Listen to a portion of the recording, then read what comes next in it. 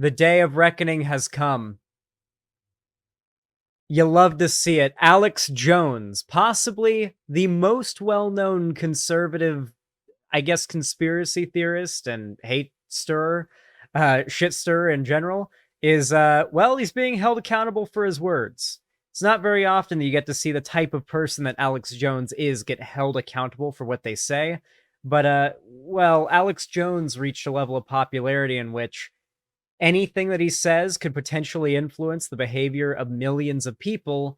And when the Sandy Hook shooting happened a while back, and he claimed that it was a false flag orchestrated by the Democrats, perpetuated entirely by actors in order to implicate some sort of stronger anti-gun laws, this obviously really, really upset the families of the Sandy Hook shooting, and they sued.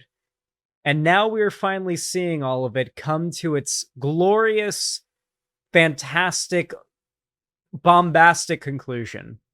And I must say, it has been so hard to keep myself from watching anything about this. I've seen one Twitter clip, one singular Twitter clip, and I literally just fell on the ground laughing at it. That's how funny it was. So you can understand how waiting on this, waiting to watch any clips from this for you guys to see my very first genuine reaction has been very difficult. But because I love you guys, I've done it.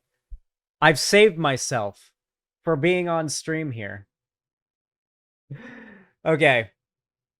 Listen, I have genuinely had people argue with me that Alex Jones is not a genuine harm to the world at large. They argue that Alex Jones is just a funny, memey guy. He's just, he yells and he's crazy. Nobody actually takes him seriously. And if they do, then, I mean, they're too far gone anyway. Who cares about those people? At least they're following somebody who's funny instead of somebody who's scarier. And to that, I can only respond, what the fuck's the matter with you? When did our society become so accepting of misinformation spreading cult leaders? Has it been too long since, what was the name of that cult where they all literally drank the Kool-Aid and died? Where the term drank the Kool-Aid comes from? Has it been too long since that happened? Do we need another cult leader? Has it been too long since Jonestown?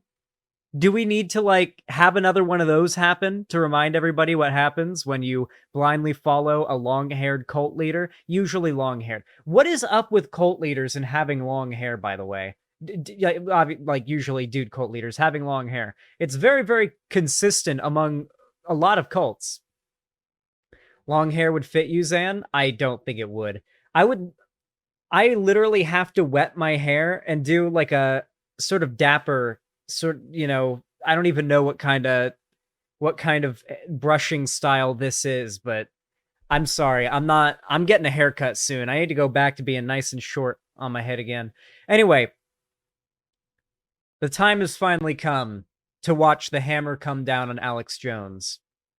Now, for those of you that are unaware, Alex Jones spreads misinformation to a large audience at a speed that should be, frankly, almost admired, but it really should not be admired by any means. He has a show in which I think it's called InfoWars. Yes, InfoWars is the name of his show. And he goes on there and he just rants about whatever is in the news cycle. It can be even a made-up story that one of his writers on InfoWars just dragged out of the ether for him to talk about, or it could be a real story, heavily biased and twisted to meet his own narrative, and he will then proceed to generally scream very loudly in a admittedly very humorous way to people that don't actually agree with him. It's humorous. And basically just go on a long rant about how, I don't know, people are drinking the blood of babies and it needs to be stopped. That's a pretty common one. There's a lot of cannibalism. There's going to be a new world war. Civil wars coming, all that kind of stuff. All the most insane conspiracy theories that you can imagine. And of course, you may be wondering, oh, but Zan, if you're an Alex Jones fan, you may be wondering, oh, but Zan, what could he possibly gain from doing all of this? What could Alex Jones possibly gain from spreading all of these lies on the internet? Do you really think someone would do that? Go on the internet and tell lies? Let me tell you, Alex Jones has quite the extensive online shop of different products, ranging from male enhancement products to all sorts of different drugs meant to help protect you from the globalist elite taking over and trying to mind brainwash you. He certainly has a very strong financial incentive into fear-mongering his entire audience into believing that any day now, the globalist sky people are going to come down and harvest their organs. So, as you can imagine, the particular topic of the lawsuit, whether or not he claimed that that the Sandy Hook shooting was fake or a false flag, is basically the main topic that we're onto here. It's the main core focal point of the entire trial, and well, we're going to watch it in this order. I've got a clip here called Alex Jones Defamation Trial Nears End. Alex Jones' Sandy Hook was 100% real, blames media and his divorce. And then finally, released only 3 hours ago, the full verdict. If there are any other really standout clips here that we need to see, I'll also include that. Hey you, yeah you, eat your mattress. True. We are bringing in ABC News chief investigative reporter Josh Margolin and ABC News legal contributor Terry Austin. Terry, I'd like to start with you. Wild day in court yesterday. Can't characterize it otherwise. The case now with the jury. What is your biggest takeaway so far? How does this end? Well, Deidre, several takeaways, and they're all about Alex Jones. First of all, he is a liar. We know it because the judge said so. He didn't comply with discovery, but he told the jury he did. He told the jury he was bankrupt. We know he is not. And he also said that he had no emails. And now we know, based on what we saw from the plaintiff's attorney, there were emails. He also disrespects the process. I was really surprised at how he basically just did whatever he wanted to do after he left court. He talked about the trial he wasn't supposed to. He talked about the jury, and the jury asked a question about that. So that surprised me. So this is the behavior of a man who believes that he is beyond consequences. I mean, to be fair, what he's being held accountable for here is not criminal charges. He's being sued. So regardless of how this goes, even if Alex Jones is forced to file for personal bankruptcy, the worst case scenario for him isn't that catastrophic, especially with how much money he has. But it's really, really funny to see how much of a lying man-child he is, because when we deal with these types of people online and they're advocating for political beliefs and they're pushing their horrible ideas and they're making their videos and their constant slurry of fucking garbage, we're constantly calling out that these people are liars, they're cheats, they're fraudulent, they're lying to you, they're basically just trying to fuck you over, right?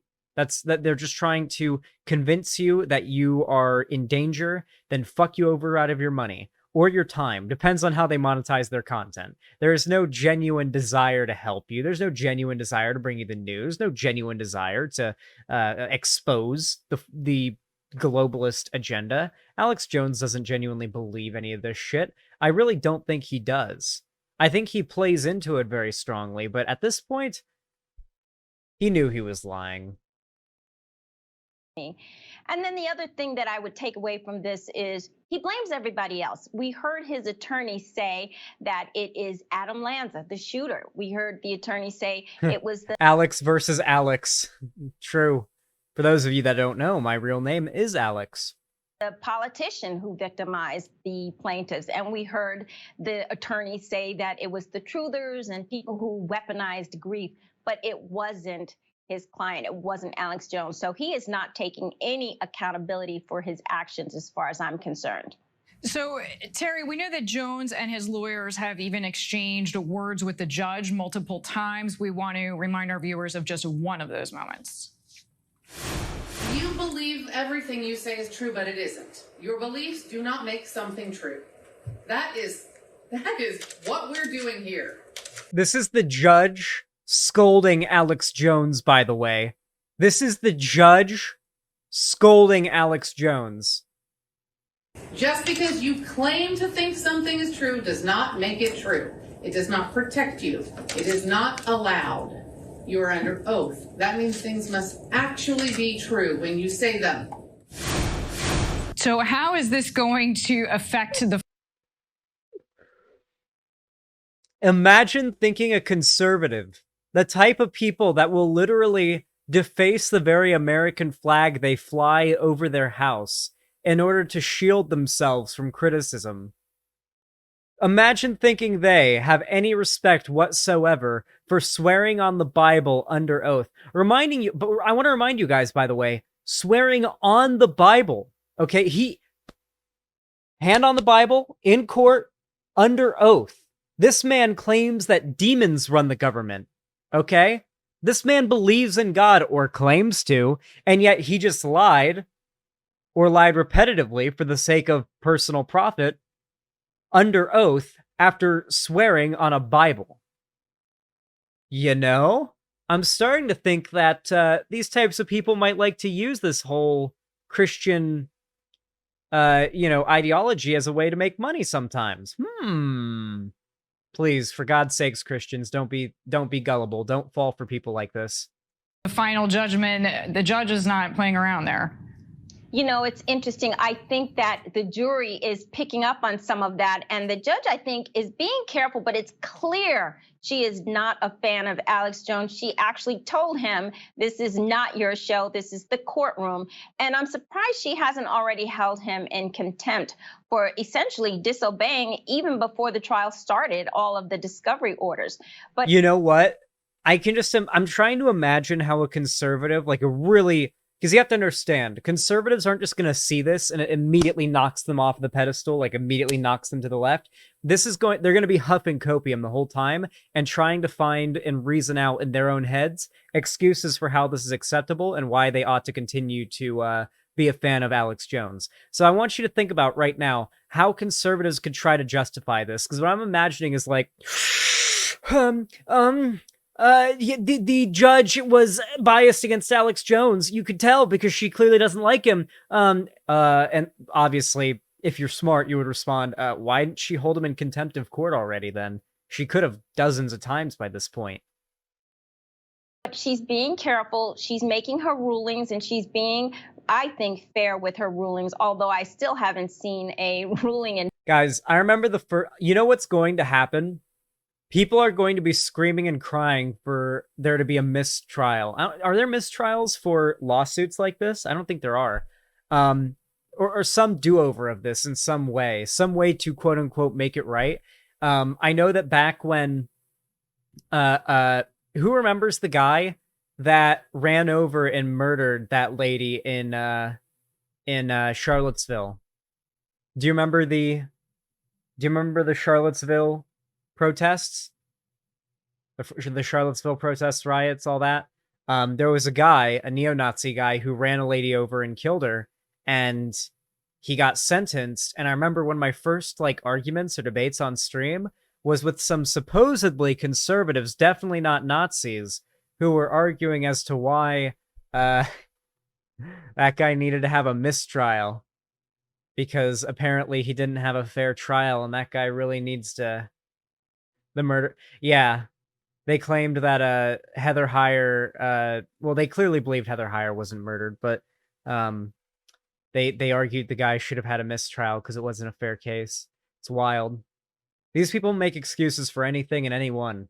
In favor of the defense, but I must say I don't think he's lawyering the case very well. I don't think he's doing a good job, and frankly, the fact that all of those emails were inadvertently sent to the plaintiff, and he didn't say anything in terms of making sure... Yeah, the Nazis and the anti-SJWs back during that era immediately jumped onto the idea that Heather Heyer died of a heart attack, which is pretty funny when you see the image. Well, not funny, it's actually pretty bleak when you see the image of her getting hit by the car, tossed 5 feet in the air above the hood of the car. And it's like, no, I don't think I'd survive that. He marked them as privileged. I think it shows he's not doing a very good job representing his client. Okay, Terry, hold that thought if you don't mind. I'm going to bring in Josh Margolin. So, Josh, we heard yesterday that Jones finally said that the massacre was real. Very late for the families, for the victims, for the community. What does this mean for other conspiracy theorists out there? Where is this line of free speech? Where does it start? Where does it end?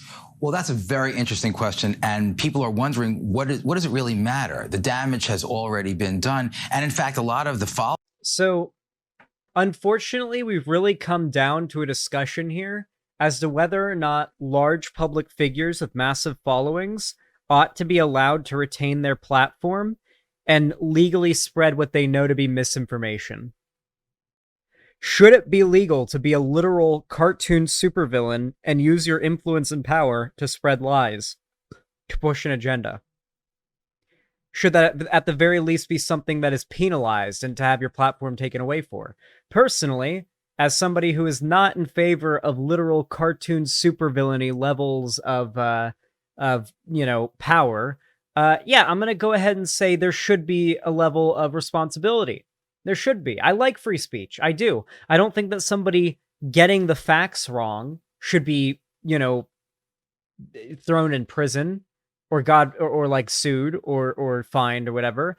But if you're somebody like Alex Jones who's out there knowingly spreading lies that end up hurting people, and that's demonstrably so, then there should be consequences. There should be. Like yelling fire in a crowded theater, my friends. Remember when conservatives used to at least agree with that? Remember when Jordan Peterson would at least agree that yelling fire in a crowded theater isn't free speech? I'm pretty sure he wouldn't agree with that now. Followers are going to believe that Alex Jones is just being forced to say this in order to get out of a mess he's in court. But there's a lot going on here. First of all, a mega $1 million lawsuit has a deterrent effect. And we see that was what's going on with the January 6th matter, with the Stop the Steal, and now with this. We all have free speech in this country, but it's not unrestricted. The restriction is you have to tell the truth. And you can't hurt people. Which is the point the judge was making. That's such a bad way to word it. God. Like, it's not lefties, it's like even more mainstream, like not even Democrat, but like mainstream boomer, figures aren't very good at arguing against, or it's not even arguing against, but using good optics when discussing how freedom of speech has to be handled. So, listen, I really like America. When I hear about countries like Scotland or like Australia or whatever that literally send like agents to knock on people's doors if they make a sussy joke on the internet, I cringe. Okay, I don't like that. I every day I wake up and I'm glad I live in the best country in the world. All right, I'm literally, I was lucky enough to be born in and to grow up and live in the best starting zone in the fucking game. Okay. Maybe Norway would be a little bit better, but I don't know how good their free speech is there. Frankly, for what I do, it's very good that I'm American. Free speech is very important. A lot of my career is shitting on the government. Hey, I don't even hate Biden that much compared to Trump, and yet I shit on Biden quite a lot. I make a lot of jokes about him that, well, I don't know if I'd be able to get away with making those jokes in some other countries about their presidents or their leaders. So I'm very glad I'm American. I very much value my freedom of speech. And I would never want to exist in a nation in which you can't say whatever you want. Like, I'd never want somebody to get arrested and go to jail for saying a slur, just saying a slur, for example. America was, in large parts, founded, at least in its most, its most fairy tale-like aspects, its most fairy tale-like versions of the story, was founded on the concepts of freedom and democracy, and a large part of that is freedom of speech and the ability to criticize anybody, including the government. In fact, the whole idea of the U.S. government was that those that are elected, our electorate, are servants to the public. We elected them, they serve us, not the other way around. And yet, we come to this issue in which people who want to use their free speech to spread lies aren't just doing it to the void. They aren't just like screaming out to like people from the side of the road harmlessly about like the end of the days or something like that. Instead, they're coming to the internet. They're making tons of money enough to build massive studios in which they're able to buy suits and fancy equipment in order to make their content look like it's well produced. Content that's well produced automatically seems more credible, and that alone does a lot. And so we had this massive wave of conservative content creators that come along, spread lies openly without any fear of consequence, and then Alex Jones tipped it too fucking far. He thought he could take it further than would be acceptable, and now he's getting the hammer dropped on him. You love to see it. Exactly. And so the end result here, and we've seen this before, he said what he said and he had every right to say it, but he also has every right to be held accountable. And he could see his empire collapse financially because of this. So we've been talking a lot, and you named a few In Peru, because of the civil war with Shining Path, wearing a sickle and hammer logo and a shirt or as a pen can land you in jail. Jesus. other conspiracy theorists. There are platforms. I mean, how dangerous are these groups? Social media makes it so much easier for them to connect. So how dangerous are these platforms? Well, the truth is that we have seen with this lone wolf, lone offender phenomenon that just one person is dangerous. So there's a lot of danger out there. Now, you can't say that nobody can have free speech because we're worried about one person. But this whole idea that somebody can weaponize, not even facts, weaponize opinion, weaponize just spouting nonsense, which is what it is, provably false information, and that's really, really dangerous. But the platforms have now taken a stance against Alex Jones. He said that when Facebook and some of the others knocked him off, that hollowed out part of his business. And if he gets a multi-million-dollar judgment against him, we've seen it before. This could end his ability to have any kind of influence and could be a deterrent. Okay, deterrent. So the problem is that Alex Jones is such a massive name, and this is going to martyr him so much that here's what I'm predicting will happen to Alex Jones. He's not going anywhere. Alex Jones is the Keemstar of politics. He's not going anywhere. He's a cockroach. Banning him from every platform and bankrupting him will not do it. All bankrupting him is going to do is get him onto a Blaze TV program. If he has no money, then that's what he's going to do. Blaze TV will want him. He'll go full Rittenhouse. He'll get a show on Blaze TV. It'll be just like InfoWars, except on Blaze TV. Not to mention, doesn't he still have InfoWars? Doesn't he still have the website and the company? I know he filed for bankruptcy on it, but does the website not exist with the ability to function? I know that Paul Joseph Watson writes like half the fucking articles on there. Yeah, Daily Wire could even pick him up. Yeah, that sounds actually way more realistic. Daily Wire would definitely... No, they can't, though, because they're just on YouTube for the most part, it seems. No, they have their own thing now. Yeah, either Daily Wire or Blaze TV would pick them up. Really, what I'm predicting is probably going to happen is these platforms are... They've already built... Like, these conservative figures have already built their own individual platforms to upload on and monetize off of, basically separate of the mainstream platforms, but they still rely on the mainstream platforms to pull a normie base into their crazy far-right radicalized websites. So once their, accounts are all banned there, they essentially lose their ability to keep on gathering and trickling in new followers. Nick Fuentes, I know that people just know his name because of name recognition, but he's really kind of irrelevant now. He's made his own website, but even there, he's not really as popular as he once was, especially back when he was on YouTube, before he got banned.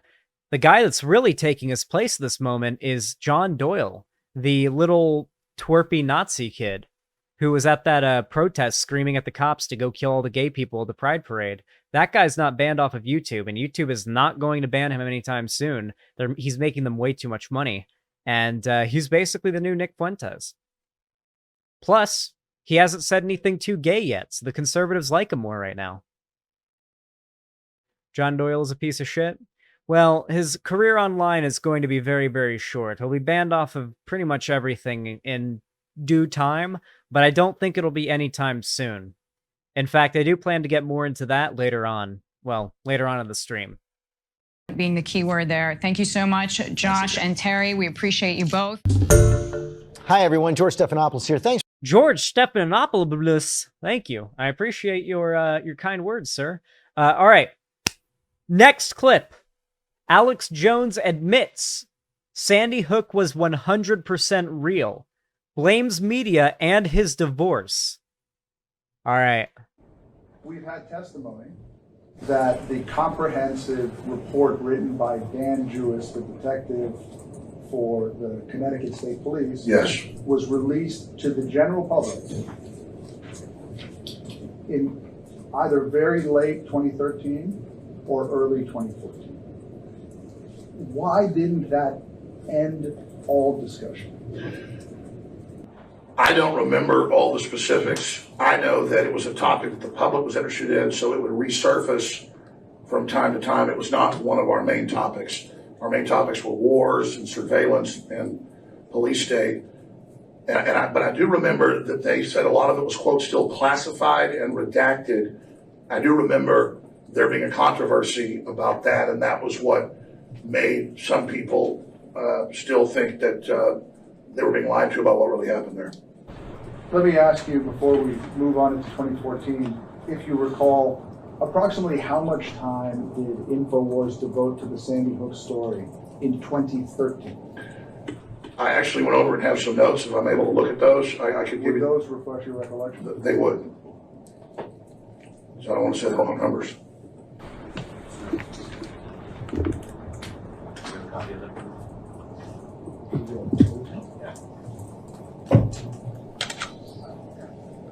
You're not objecting, these are just some handwritten notes in Exhibit 31, which we know does not even come close to establishing. You have to lay a lot more background before you can refresh your notes. He wrote the notes. You have, he hasn't said that. What you say Did isn't you- evidence. Did you write some notes after reviewing? She seems so the fed up with documents in order everything. to help you refresh your recollection while you testify here today? I believe that was it entered evidence that you told me I need to review. You also told me to review the rules. Without saying what I told you to do. Yes, I reviewed that. And did you take some notes based on your review internally to refresh your recollection as to what had happened? Yes, I did. Okay, I rewatched them too. Would it help you to refer to your notes in terms of time period? Yes, please. He sounds so scared. Because of the discovery order that you have introduced. He sounds so scared. Like, you can hear the fear in his voice. He's trying to hide it, but you can hear it. Establishes that is not complete. Those are videos and used to refresh his memory of what complete is. Yeah, actually, could you approach both of me, please?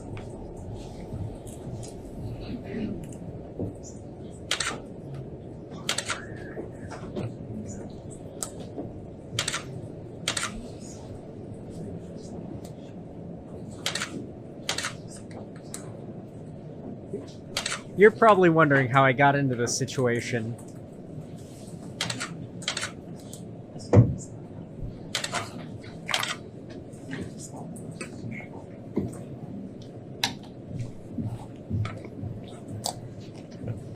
Based solely on your memory, without reference to any documents that you've reviewed, about how much coverage do you believe InfoWars gave to Sandy Hook in the year 2013? I believe it was 4 or 5 hours, less than 1/10 of 1%. So let's talk about 2014. You started, Wolfgang Halbig came on the show for the first time. I believe so. And can you tell us what led you to have Wolfgang Halbig on? Your Honor, if you are what you eat, then my client is an innocent man. 2014.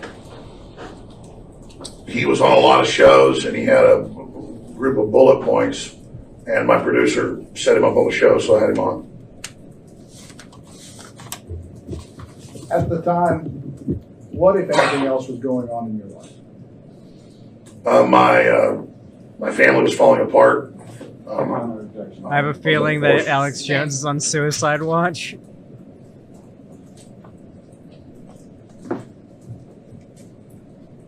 Alex Jones's lawyer referenced the Holocaust yesterday, so this is an improvement. Of 2014, we've had a video received in evidence of you stating your belief at that time that no one died at Sandy Hook, that the whole thing was fake. Do you understand, as you sit here today, how crazy that is? I have said before that there have been so many lies and so many things in the past, and I was under a lot of pressure. And I truly, when I said those statements, when I say something, I mean it, that I really could believe that it was totally staged at that point. And I was basing that off of... He's trying so hard to have his cake and eat it too. Conservatives are such cowards. They can never stick to what they believe. Like, would Alex Jones be criminally liable if he stood by his claims that Sandy Hook was a false flag and that he truly believed this to the bottom of his heart, to the core of his being? He truly believed this? Wait, this is Fox News? Oh, yeah. Yeah, Fox News. Even, I recently saw Fox and Friends put out a clip dunking on Trump. Yeah. They're kind of leaving Trump behind in the sense that he's just kind of radioactive right now. Maybe it'll look a little bit better to associate with Trump sometime in the future, maybe when he's running again. I think Trump has really good chances in 2024, a lot better than he did in 2020, for sure. But it really depends on how Biden handles the next 2 years. If Biden can really rein in COVID in the last 2 years of his presidency, mainly the last year, and if he can get those gas prices down and inflation down, there's really not much else that Americans are really caring about right now, besides abortion and the gay rights stuff. But even that is like the trans stuff. That's like still not, there hasn't been enough awareness risen about that for it to decide elections, I don't think, which is a problem. And there needs to be. And that's what I do. I raise awareness about things. So, 2024 is looking murky. Really, Steve Buchanan, who has been a very prestigious person. Do you understand now that it was absolutely irresponsible of you to do that? It was, especially since I've met the parents, and it's 100% real, as I said on the radio yesterday, and as I said here yesterday, it's 100% real. And Trump staged a lot in 2 years. Yeah, and he's got another 2 to go before he can even get back into the office, you know? I mean, Donald Trump and Biden are not too far off in age. Here's the thing. Biden seems like he's in better shape than Trump. Like, Trump has so many check boxes ticked in regards to like who's likely to go before Biden, you know? He's a little bit younger than Biden, but at the same time, he's got some factors going for him that might take a few more years off his life. At the very least, I feel like they're balanced out. Yeah, the power of Dark Brandon is honestly, it's eternal. And the media still ran with lies that I was saying it wasn't real on air yesterday. It's incredible. They won't let me take it back. They just want to keep me in the position of being the Sandy Hook man. My son got confronted yesterday. I really want someone to make a documentary about Alex Jones called The Sandy Hook Man. The Sandy Hook Man sounds like the name of like... it honestly sounds like a more SpongeBob-y name than the hash-slinging slasher. Like, if they gave the hash-slinging slasher a hook, he'd be called the Sandy Hook Man. 100%. That's what they'd call him.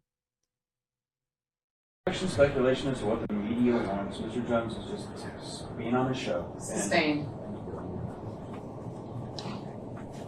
I'm going to just remind you, just answer the question that your attorney asked you. Thank you. Isn't Sandy a squirrel? Hey, chat.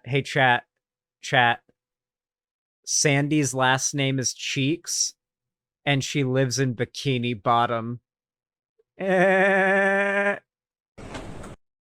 Whoa, that video ended way too abruptly. Jump scare video ending. God, seeing Alex Jones just kind of squirm is really fun. He's clearly so scared and freaked out. It's really, really funny. This one is full verdict. I believe this is the full final verdict. So let's hear it, guys. Let's hear what conclusion the court came to. Let's hear it. Question 1A, $50,000. Question 1B, $10,000. Question 1C, $50,000. Question 1D, no dollars. Question 2A, $1.5 million. Question 2B, $500,000. Question 3A, $1.5 million. And question 3B, $500,000. Is this your verdict, the 10 of you who signed it? So say each and all of you, all 10 of you. Yes. All right. Would the attorneys care to inspect the verdict? No, Your Honor. No, Your Honor. All right.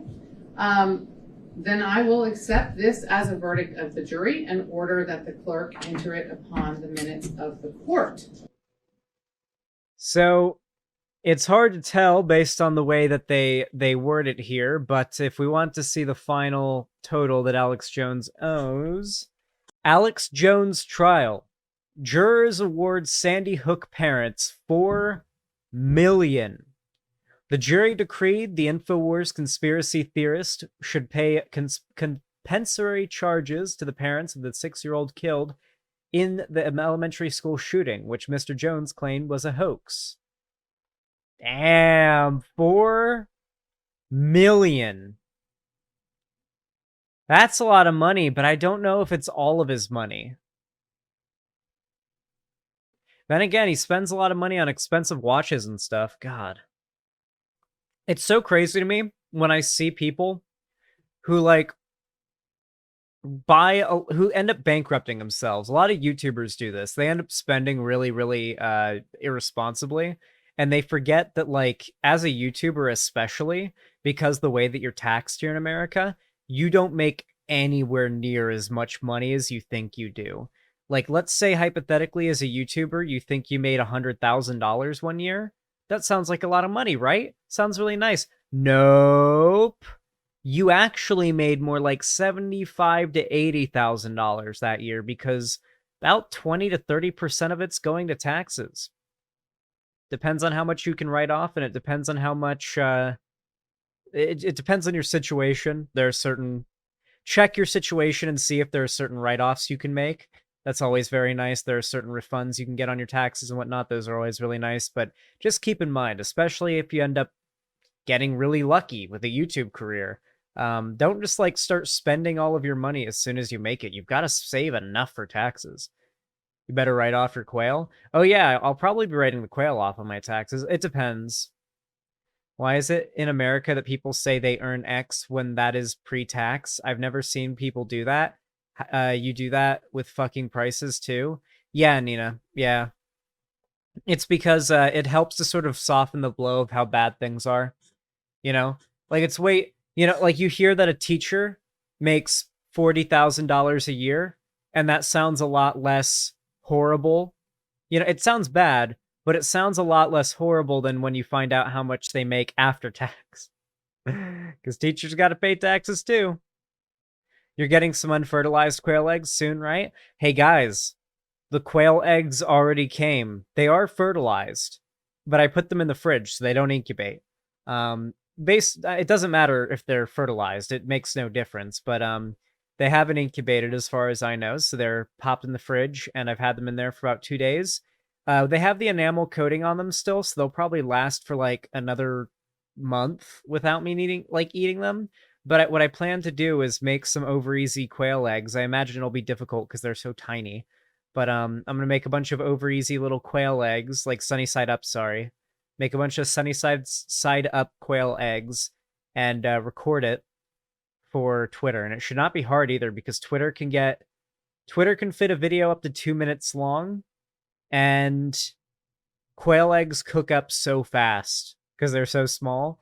So, like, I can make myself 6 over easy quail eggs, and they'll cook up in, like, probably 2 seconds. Are the quail unionized? I doubt it. Anyway, if you enjoyed all of this, and you want to see more from me, then please consider dropping a like on the stream, or on the video, or on the VOD, whether you're watching it live or after the fact. It helps the channel out a lot, more than you even realize. It's totally free, and it is not just a simple, hollow gesture of support for my content. It does actually force YouTube to push my content in the algorithm more. So yeah, drop that like. It really helps. And if you want to support me a little bit more substantially and you've got the money for it, you can always support me financially by donating, subscribing, or gifting a sub over on my website, xanderhall.com/live, or supporting me on YouTube, Twitch, Streamlabs, Stream Elements, or Patreon. With all that said, though, thank you so much for watching. I really appreciate it, and have a good one.